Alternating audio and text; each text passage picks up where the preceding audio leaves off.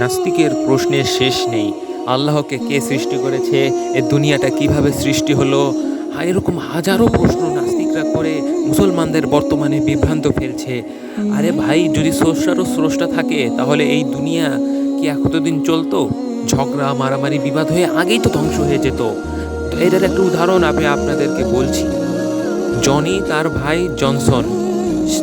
Johnson হাসপাতালে ভর্তি হয়েছে এবং সে সন্তান জন্ম দিয়েছে। এখন বলুন তো, সে সন্তানটা ছেলে না মেয়ে? এটা কিন্তু একটা অযৌক্তিক প্রশ্ন। পুরুষরা কি সন্তান জন্ম দিতে পারে? তাহলে এখানে ছেলে মেয়ে এই বিষয়টা কোথা থেকে আসলো আপনিই বলেন। সেই রকমই এটাও একটা অযৌক্তিক প্রশ্ন যে আল্লাহকে বা স্রষ্টাকে কে সৃষ্টি করেছে? স্রষ্টা কোনোদিন হয় না। যিনি সৃষ্টি করেছেন তার কোনোদিন স্রষ্টা হয় না।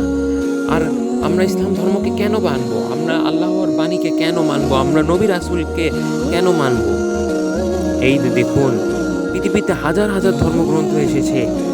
সবগুলো যুগে যুগে পরিবর্তনশীল।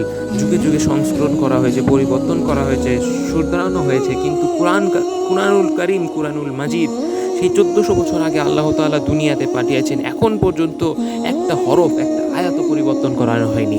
আপনি কি জানেন এই কুরআনুল কারীম আল্লাহ তাআলা যেসব কথা বলেছেন, যেসব বাণী দিয়েছেন এবং নবী রাসূল যেসব ব্যাখ্যা দিয়েছেন, আজ তা বিজ্ঞানীরা সত্যি প্রমাণ করছে। এই থেকে বোঝা যায় ইসলাম ধর্ম সত্য।